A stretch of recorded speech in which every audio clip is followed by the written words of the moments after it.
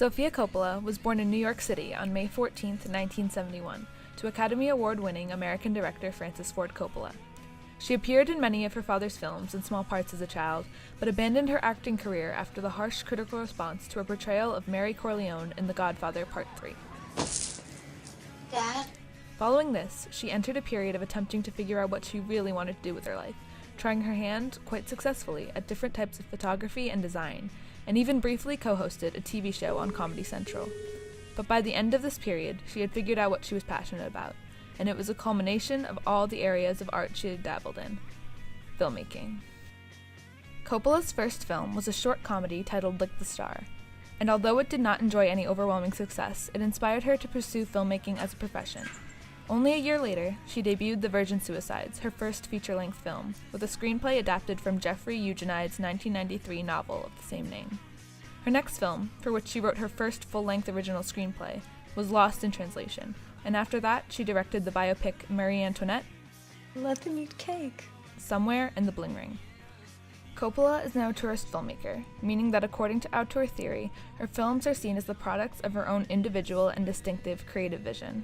That is the closest one can really go towards defining her genre of film, as her films range from impressionistic to romantic to dramatic to comedic to everything in between. What binds all of her films together to create a cohesive body of work is her characteristic style, the aesthetically pleasing, dreamlike mood and atmosphere she creates. Coppola is well known for her cinematography, which is always striking thanks to her background in photography, as well as the low-on-dialogue montages she incorporates into the majority of her films. She has received 3 Oscar nominations so far in her career, all for Lost in Translation in 2003. And the Oscar goes to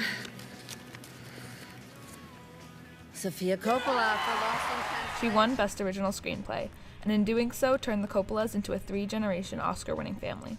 She also remains the youngest female director and first American woman to be nominated for the Academy Award for Best Director. Sofia Coppola comes from a prominent family in the world of film and art, but what is less known regarding her famous extended family is that actor Nicolas Cage and actor-musicians Jason Schwartzman and Robert Schwartzman belong to it.